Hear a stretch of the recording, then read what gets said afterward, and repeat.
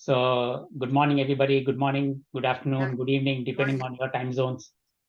Welcome and thanks for coming to this talk on fasting-Upavasa. So we are actually here to practically apply the concept of Ekadashi-Upavasa. I spoke about the importance of Ekadashi-Upavasa about a couple of months ago. And my idea to do this is to reap the benefits from that. So, just having a theory knowledge is good, but practically applying that knowledge is all the more better. So in today's presentation, I'll talk about the importance of fasting, especially Ekadashi fasting, and then the concept of Upavasa, and then we'll practically apply it this month, okay? Even though we just finished one Ekadashi, but we are going to have another one coming up very soon. So we'll do it this month. We'll apply the concepts again in the month of November, December, and thereafter. Now, even though we missed it last week, we will start, another couple of weeks from now. And it's very timely because Navratri is here. Today is the first day of Navratri. And we'll also soon enter into the new year as well. So it's like having an early start to a new resolution, to a new year resolution of keeping good health and experiencing optimal wellness. So with that background, let me go ahead and start my slides.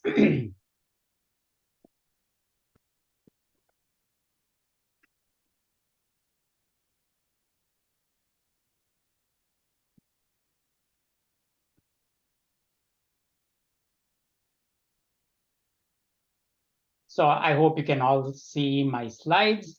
All right,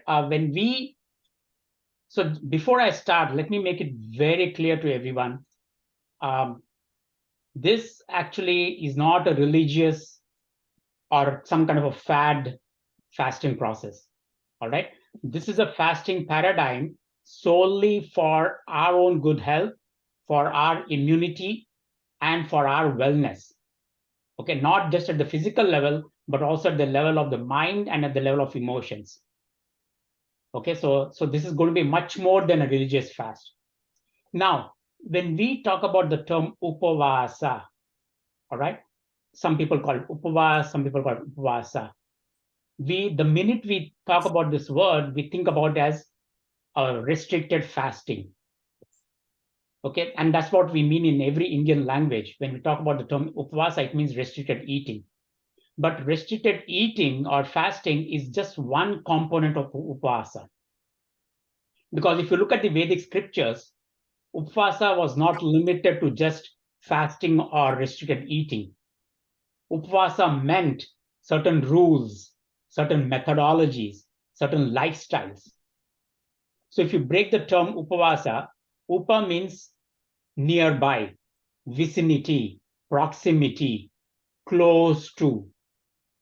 And the term Vasa would mean, there are several meanings for this. It means being grounded, being established, being firm or rooted. It also means dwelling, abode, final destination, ultimate journey. Okay, so now when you combine the word Upavasa, it actually means to be established in your own true self, to be established and grounded in your own true reality, to be close to or to be in the vicinity of your true identity. Okay, so which means Upavasa will include all the disciplines associated with fasting or conscious restriction or withdrawal. And this comes at three levels. It comes at the level of physical body. We call it as Kaya Upavasa. And this is in the form of restricted eating or to be consciously fasting. Okay, but it doesn't end there. Upavasa also includes Vachika Upavasa. Vachika Upavasa here would mean it relate to our senses. It means the way we speak and our communication. It means drawing healthy impressions from outside and then taking suitable actions. So fasting here will actually mean your ability to consciously distinguish between what is disharmonious and what is harmonious, and then how to react and how to act. And then the third level of fasting is Manasa Upavasa. This is at the level of mind. So this is actually an extension of Vachika-Upavasa, and it refers to all the thoughts and dramas that go about in your mind 24/7 and how you deal with them. So fasting here will refer to consciously being aware of all the dramas in your mind, consciously being aware of all the negativity in your mind, consciously being aware of all the kind of judgmental thoughts that come up in your mind. So fasting here would be introspecting and consciously letting go or overcoming all the undesirable thoughts. Okay, so now we are going to apply these concepts to coincide with the Ekadashi time. Okay, so now the question is, what is the importance of Ekadashi? Why Ekadashi? All right, so here, let me go back to a little bit of our Vedic text. Now, the importance of fasting and its impact on the body's metabolism and the physiology actually led to the establishment of a new branch of nutritional science called chrononutrition. So chrononutrition tries to understand how food and diet affects your physiology, affects your metabolism in terms of the time of the day. Okay, which means chrononutrition actually tells you what to eat at what point of time in order to achieve optimal health. And chrononutrition talks about the importance of timings and eating for brain development, for memory, for muscle growth, for sports performance, for weight issues, and to delay the aging process. The company where I work at, Apollo Health, where we see a lot of people with memory loss, we put a lot of importance on chrononutrition. Now the question is, how does chrononutrition fit in with if people can mute themselves, that'd be great. So the question is, how does chrononutrition fit in with the concept of Ekadashi fasting? Now, our ancestors, our forefathers, they did not talk about chrononutrition, but they emphasized restricted eating based on environmental cues in order for a person to lead an optimal life. Okay, the environmental cues were mainly drawn from the sun, the sunlight, and the sunset. And this is where the concept of lunar fasting or Ekadashi got established. Now think about it. The moon is a satellite of the Earth, and it orbits around the Earth. The Earth itself rotates and revolves around the sun, right? So what happens is, at any given time, it changes. There's a change in the amount of sunlight that reflects off the moon as we see from the Earth.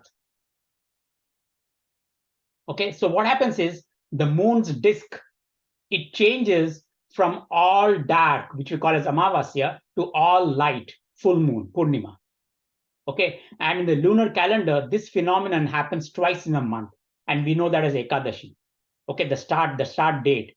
So you have Ekadashi, which is 4 days prior to the new moon, also known as Amavasya, and 4 days prior to Purnima, also known as full moon. So you have Ekadashi, and then you have the 12th day, Dvadashi, 13th day, Trayadashi, 14th day, Chaturdashi, and then either it's Amavasya, new moon, or no moon, and Purnima, full moon. All right, and twice in a month, this Ekadashi period is marked by the astrologers, who call it the moon, sun, earth trine. It's the positioning of the three planetary objects, okay, which results in the amount of sunlight that gets reflected off the moon as we see from the Earth, resulting in either no moon, which is Amavasya, or a full moon, which is Purnima. Now, what does this have to do with fasting? Now, what happens is, on both these days, on the Ekadashi days, the gravitational effects of the moon is extremely strong on the Earth. Okay, how do we know this? One of the best ways to know this is, if you're near a coast, if you're near the beach, just go to the coast and notice what happens during the Ekadashi time. You will notice that the tides or the waves of the ocean are much stronger compared to other days. Okay, you can check it out. Now imagine our own bodies. we are nothing but 75 to 80% of us in our body is the fluidic aspect of the body, all the fluids. So which means whatever effect you're seeing on the earth, on the oceans, the same effect of the moon happens on us as well. Okay, and this shows up in our digestive system and in our mind. We are not aware of it. The reason being that we are so we are so engrossed in the day-to-day life that we don't even think about it unless we consciously listen to the mental and physical cues that comes from our body. But in general, what happens is, irrespective of who we are on this day, okay, and then the next 4 days, the digestion is sluggish, and even the mind is working at a sluggish rate. And our forefathers knew about this. They knew about the body-mind nexus. They knew about the gut-brain nexus. And so what they said is, on these days, on Ekadashi day, the gut is impacted, that is, your digestion is impacted, even the brain or the mind is impacted, so you have sluggish thoughts, you have all kinds of judgmental thoughts. Okay, and so in order for us to be not only aware, but even to improve or to overcome this sluggishness, our forefathers resorted to fasting, and we call it as Ekadashi fasting. Okay, and this is mentioned in the Ayurvedic texts. Charaka Samhita talks about that. The Vedic Upanishads talk about it. The Bhagavad Gita talks about it. Okay, so we have proof in all these books.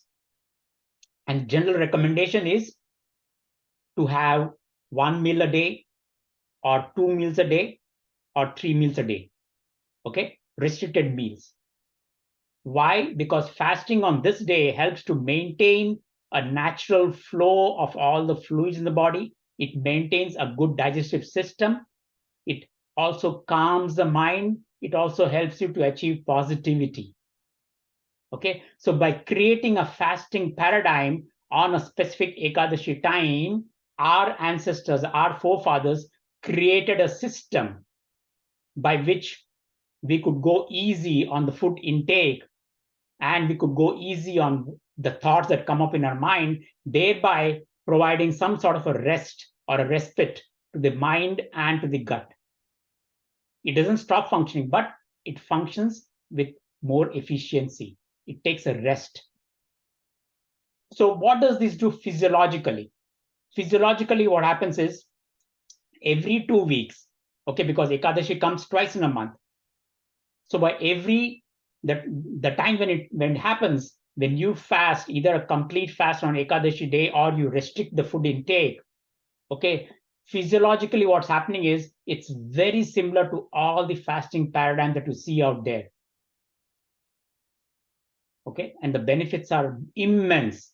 I can talk about that. In fact, I spoke about that in a couple of months back on the fasting and its importance. Okay, we have shown it in our studies. We have published a lot of manuscripts on this one. We have imparted this on our patients at Apollo Health. Okay, digestion of fats happens beautifully.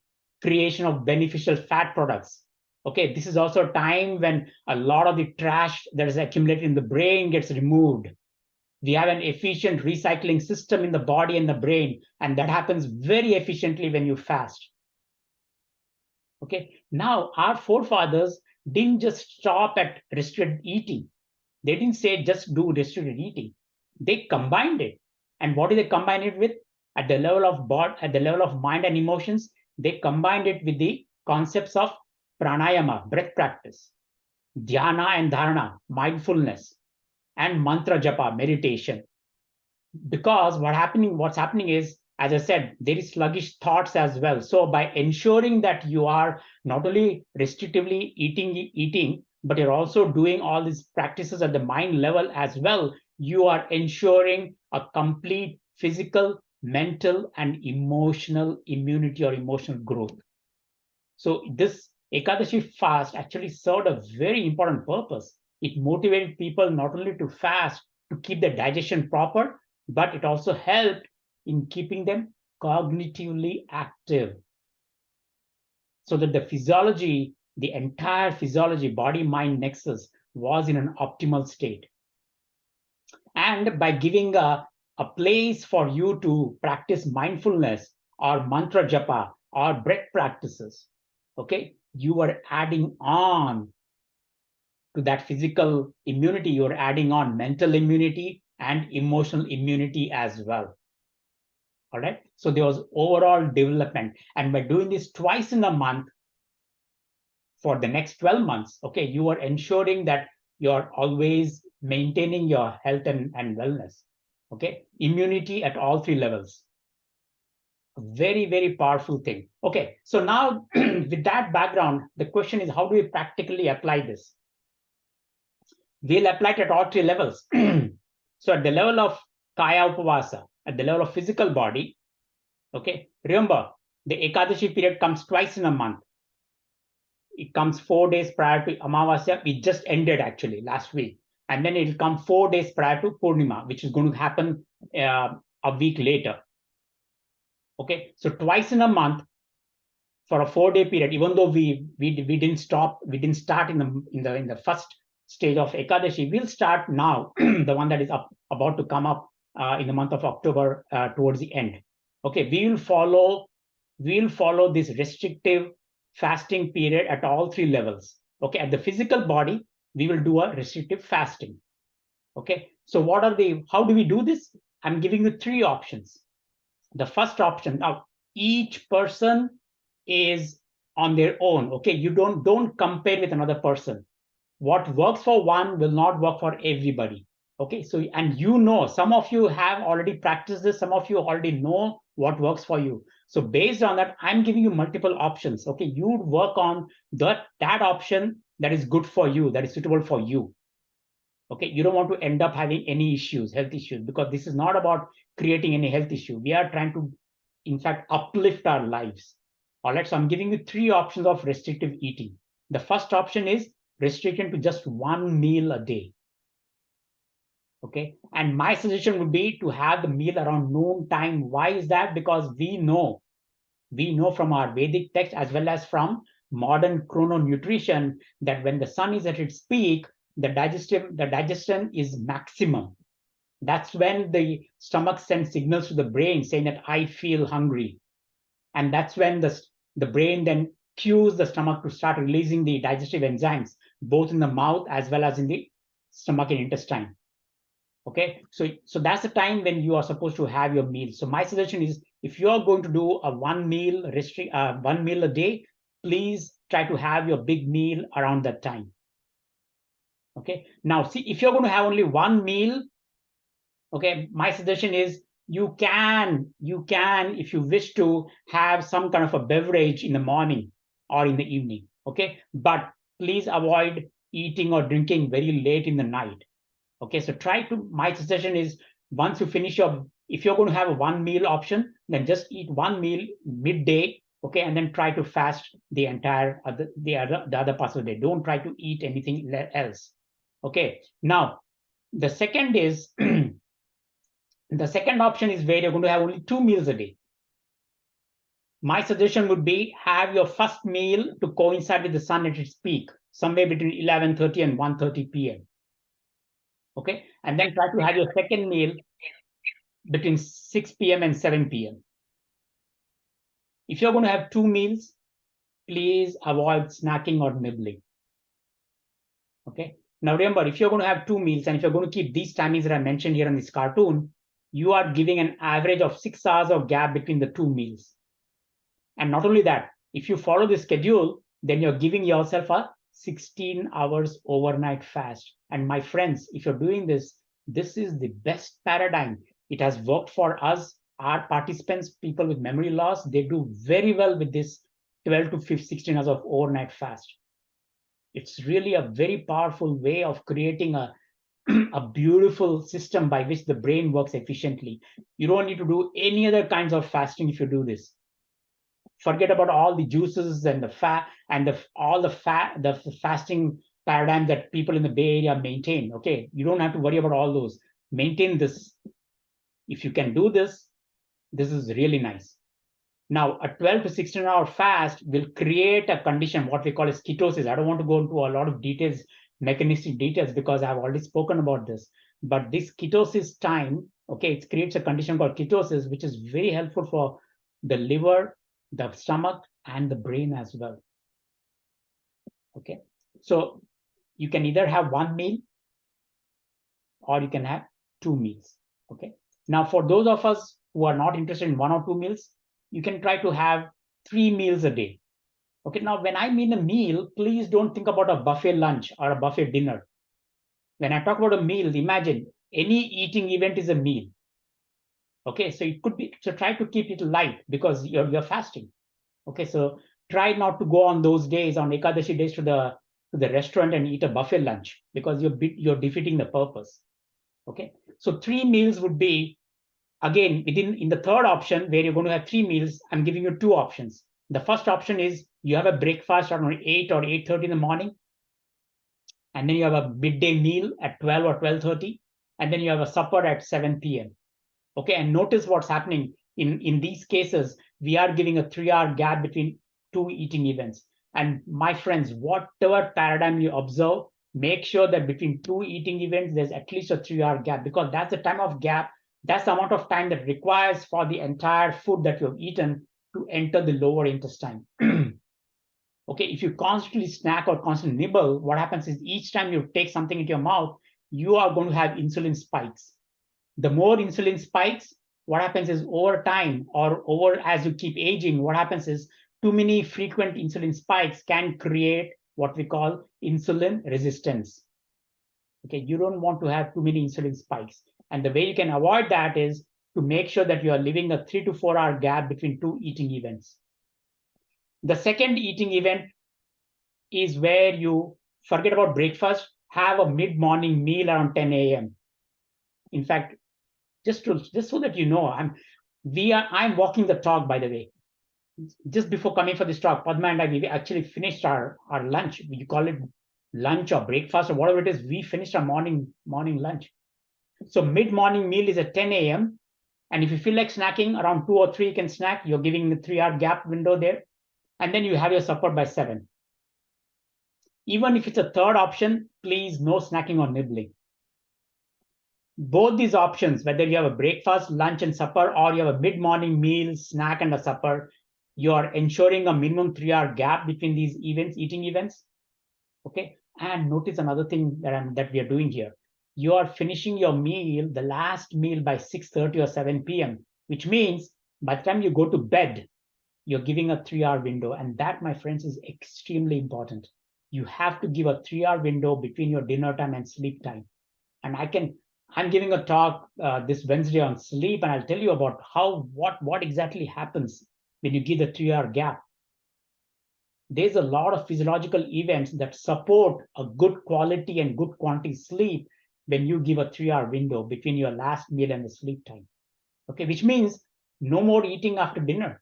So I know in this country we tend to have a late glass of milk or a beverage, or even around this time, because winter time we like to have it's like a cold day, we like to have a hot chocolate or something to keep ourselves active. But no, that's happening very close to your sleep time, and you don't want to do that. So whatever option you choose, make sure that you finish your meal by 6:30 or 7 in the evening, so you can sleep by 10, which means you're giving a 3-hour gap. Okay, in both these options that I'm showing here, you are reducing the eating events to either 3 meals. Okay, and then your one meal it's just light meal, either breakfast or a snack is a light meal. Okay, and you're avoiding frequent snacking. And both options will provide you 12 to 14 hours of overnight fast. Now, somebody will come and say, can I mix and match? Absolutely. See, I'm giving you all these options. You work it out what works for you. Maybe on Ekadashi day, maybe you want to do a one meal. And then the 3 days after Ekadashi, 12th, 13th, and 14th day, maybe you want to do 3 meals. And then on Amavasya or Purnima, you can do 2 meals or 1 meal. So you can mix and match and see for yourself how it works for you. Okay? Because if you're asking about my opinion, because I know a lot of people will come back to me and say, what do you want to do? I most probably I'll go for that. I'll either go for one meal on Ekadashi day and then do 2 meals the next few days till Amavasya Purnima, or I may even think of doing 3 meals on those 3 days and then end with either 2 meals or one meal on Amavasya Purnima day. Okay, because I know that works for me very well. So what works for you, try it out. All right. Now, for these 5 days, I would request everybody to stay away from meat. Okay, and try to have a fresh, possibly freshly prepared meals loaded with vegetables, because you don't want to get into a constipation. You want to have a good bowel movement. Try to avoid more poultry, seafood, or meat during these 4 days, 4 to 5 days. It's okay to consume milk and milk products. Try not to chili spice your meals, please. Don't have chili peppers. Okay. Don't have, some people may say, what about garlic? Yeah, even try not to have garlic. Try not to have, don't make it too pungent. All right. So you can definitely spice your meals, and I'll tell you later what kind of spices you can use. Chewing. I spoke about chewing some time back, right? Please make sure that you are consciously aware of what you're eating and try to chew your food to a count of 25 to 30 before you swallow it. If you're doing a juice fast or if you're eating soups as a meal, then of course there's no question of chewing. But if you're eating something which requires you to chew, please chew the food thoroughly. There is a close nexus between the mouth, the oral cavity, and the brain. Helps in cognition. There's a close association between the mouth and the heart, the blood flow. Okay. And these are all supported by evidence-based studies. Try to minimize the amount of distraction and conversation while you're eating your food. Okay. Now, what about fruits? Please remember, fruits in itself is a meal. Okay. So if you want to add fruits, try to put that as one part of your one of your meals. So you can take a big bowl of mixed fruits and have that as one meal. All right. Try not to combine, some kind of a food along with your fruits, because fruit in itself is because the amount of sugar that is present in fruits is good enough to constitute as one meal itself. Okay. And for those of you in this crowd, in this audience that are very, very familiar with the Khichdi mono fast, I know some of you have done that with me. You are welcome to do the Khichdi mono fast as well. Okay. Now, I'm highlighting this. If you are taking any kind of medications, any kind of pills, any kind of supplements, please don't stop those medications. Try to take them at that given time that you are supposed to be taking. Okay, don't stop on that. All right. Now, other things that goes along with your diet. Okay, irrespective of how many meals you eat, please make sure that you sleep by 10 p.m. Extremely important. It's part of the Ekadashi fasting. Okay, try to wake up with the sunrise or try to wake up before the sunrise. And my suggestion is, remember, we are not doing this only for physical body. We are not doing this as a religious fasting. We are doing this for immunity at physical, mental, and emotional level. Okay, so my suggestion is, when you wake up in the morning, try to inculcate at least 10 minutes, if not more, of your time for physical exercise. Just some gentle stretches. If you can go to the gym, welcome. If you have a gym at home, please do that. Some kind of physical activity. If you want to yoga like me, please do some yoga stretches. Okay. And then follow it up with 5 minutes. Even if it's not 5 minutes, at least 2 minutes of breath practice. If you do not know any specific pranayama technique, don't worry. You don't have to do a specific pranayama technique. Just consciously inhale. And when you are inhaling, make sure that you are extending your tummy out so that you are creating a space for all the air to come in. And then exhale and then hold it for some time and then you exhale out. Very simple inhalation, exhalation. You don't have to worry about pranayama practices, but consciously be aware of your inhalations and exhalations. Okay, breathe in some fresh air, breathe out the air that is inside. Okay, do that for 2 minutes if you can't do it for 5 minutes. Now, if you have any addictions, coffee, tea, alcohol, tobacco, smoke, or any recreational drugs, try to see if you can avoid it, minimize it if you can, or try to avoid it during this 5-day period. If you're into beverages like coffee or tea or something, okay, try to minimize it. If you cannot eliminate completely, try to minimize it. All right. Now, remember, now this is about diet. What about at the level of fasting, at the level of mind and the level of emotions? For the next, for those 4 to 5 day period, please lead a moral and ethical life. Use your words carefully. Use your phrases carefully. Try to avoid foul languages. Try to avoid cuss words. Please don't try to, bring about emotions like fear, worry, anxiety, anger, rage, depression, judgment, critical, rage, or try to bring all that down. You don't want to bring it up. Okay. Whether it's on the spouse or children, or if you're the manager on your team members, or if you're one of the team members on your manager, try to avoid all that. Try to minimize negativity in your speech. See if you can avoid the word no in your speech those 5 days. No, no, no. And then at the same time, please be aware of all the thoughts that are coming up in your mind. All the negativity, just as I said earlier, fear, worry, anxiety, anger, judgment, rage, critical, all these. Try to overlay that with positive thoughts. Because fasting here is being aware of all the dramas in our mind, all the negativity in the mind, all the judgments. Okay, so introspection. That's why our forefathers told us to meditate in the morning. Okay, if I tell you that, you may say, I don't have so much of time to do meditation and pranayama and physical exercise. Okay, so at least try to be aware of what kind of thoughts you're bringing in your mind. So introspect, consciously let go of any negative thoughts. Okay, and very important, very, very important, especially now that we are living in a digital age, try to minimize your role in your digital age period, in the sense that it comes to all the social media things, Facebook and Twitter and TikTok and Instagrams and WhatsApp and all that. These are all noise. Believe me, these are all noise. Okay, and try to restrict the amount of usage on these digital devices, because we get pulled in all directions, my friends. They have a strong influence on our lives, and you don't want to surround yourself with this noise. So digital fasting. All right, so try to minimize the amount of time that you use on these digital age. I can understand. I mean, some of you who are especially managers in this team or CEOs in this audience, or high-level professionals in this audience will immediately, you're going to tell me, what can I do? I need the phone 24/7 to keep a track. Yeah, I don't want to teach. You're not children. You're all adults like me. I don't have to teach. You know what I mean by restriction.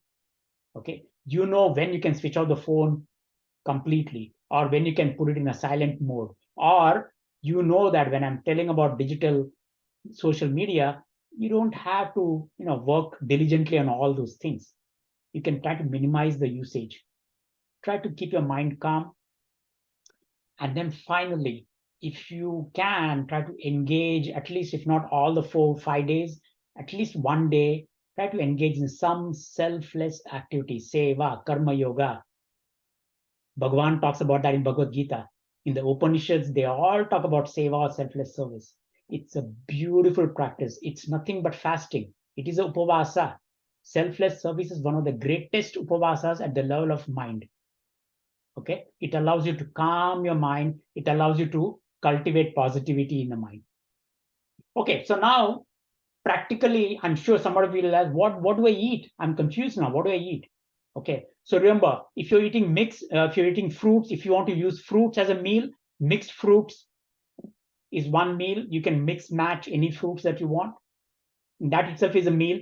So for those of you who are doing 1 meal a day, who want to do 1 meal a day on Ekadashi day, feel free to have a fruit ball. Millets. This is the best time to come bring in millets. Such a beautiful grain. Our forefathers were all using it. You may not know, your grandfather, your great-grandfather, and their families, we were all using millets, by the way. Throughout the country, not just Rajasthan or Gujarat. Everywhere millets were being used. All kinds of millets.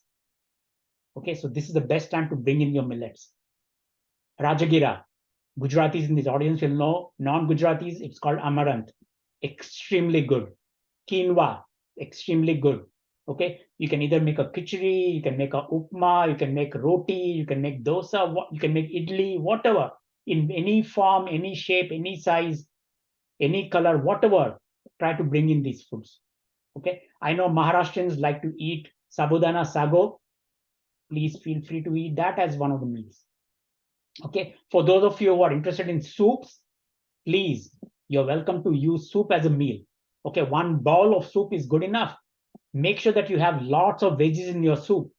This is the time when you can start bringing in pumpkin, bottle gourd, cucumbers, sweet potatoes, not potatoes, sweet potatoes, greens. Make sure that you have a lot of greens. You want to have a good bowel movement. Okay, so you can saute it slightly, you can puree it, add water, and you get a beautiful, and then warm it up, and you can get a beautiful bowl of soup. And my friends, just having a big bowl of soup is a meal itself. Your stomach is happy with that. It will send the signals to the brain saying that I feel full. Okay, some of you may want to eat green salad. Most welcome. That in itself is a meal. Okay, if you're having 2 meals and have green salad and have another meal in the evening, whatever, you can combine green salad with your soup if you want to, or you can combine green salad with khichdi. That in itself is a small meal. Okay, so I'm giving you so many options. The reason I'm not giving you one specific saying do this is because that a lot of you may be resistant to that. Okay, some of you may not like it, so that's why I'm giving you these options. Do your best. All right, milk and dairy products, most welcome. Not a problem at all. Spices, as I listed here: cumin, coriander, mustard, fresh ginger, not dry ginger, fresh ginger, turmeric. Try avoiding dry turmeric. Use fresh turmeric if possible.